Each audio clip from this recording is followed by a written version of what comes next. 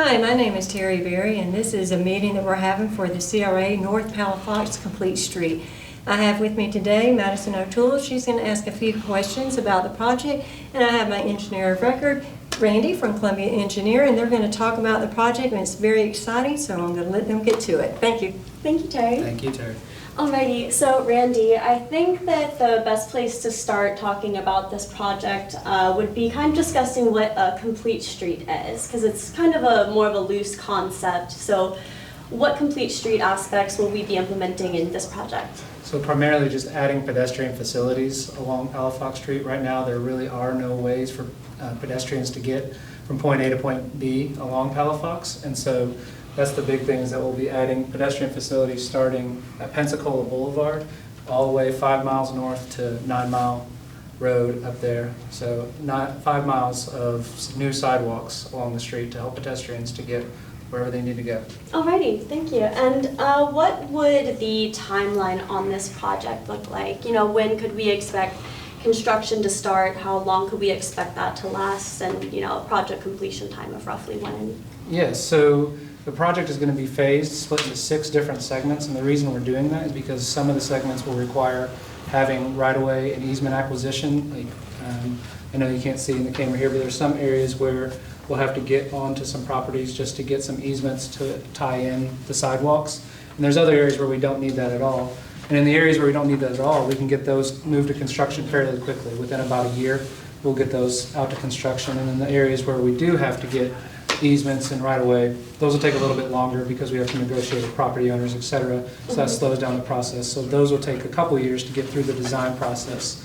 And then, depending on how they're packaged together as far as construction documents, they'll be put out to bid within a couple years and then move out, and construction will take a year to 2 years after that. And I'm sure some people are probably curious as to, you know, how this project is being funded.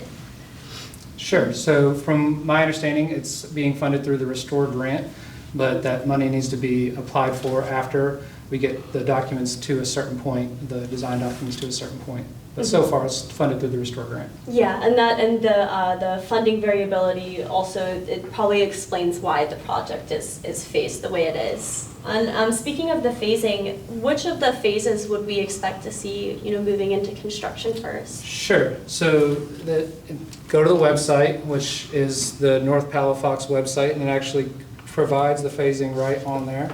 I'm just pulling it up right now.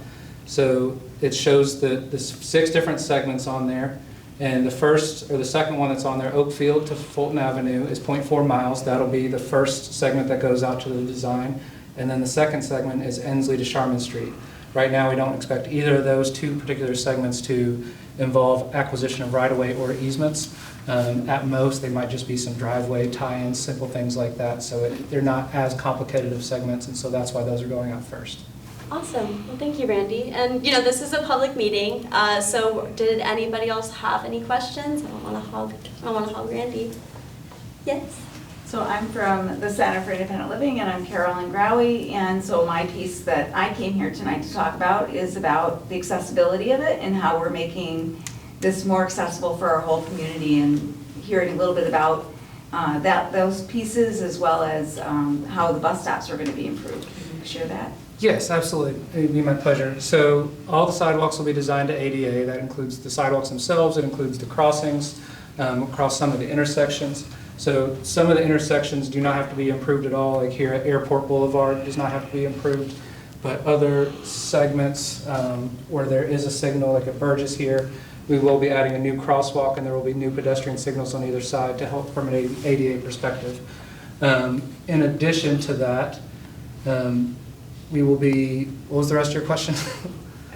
The ADA? It was about ECAT and ADA. Oh, the bus stops, that's right. So there are several bus stops along Palafox. And right now, people that are waiting for the bus generally just have to stand in the grass. And even if it's raining the day before, they're standing in the mud. This project will provide new updated bus stops for people to be able to stand on the sidewalk, and we'll have connected concrete pads to be able to get it to the curb, and then the bus will be able to pick them up, which is, you know, an ADA standard, so they won't have to step up to get onto the bus, and help from a wheelchair perspective as well. Okay. And Navad? Yes. I was wondering, why was North Palafox selected as opposed to other streets in the county? That is a good question for Terry. All right, well, the reason why is because this is a restore-funded project. All of our restore-funded projects are championed by our county commissioners, and this is one of the projects that our county commissioner thought was very important, and so they put it on our list for the multi-year implementation plan, and so we were able to get money and funding for the project. Good question. Anything else from the audience?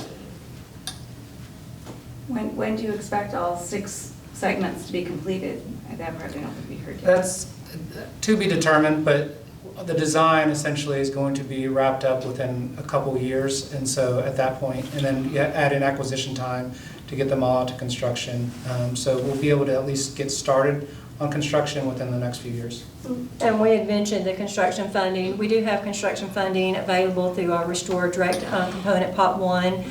We will not apply for that until we at least get 60% design plans and permitting, and then we will make that application to the Department of Treasury to secure some of the construction funds that could be used for whichever phases that we want. I do know that there's other funding sources that are being looked at. The engineering department is looking at funding. We're looking at the grant funding, so we are trying to secure all the construction funding, and that's why we broke it up into phases so we can get the low-hanging fruit first, if you will, and then get the other ones later.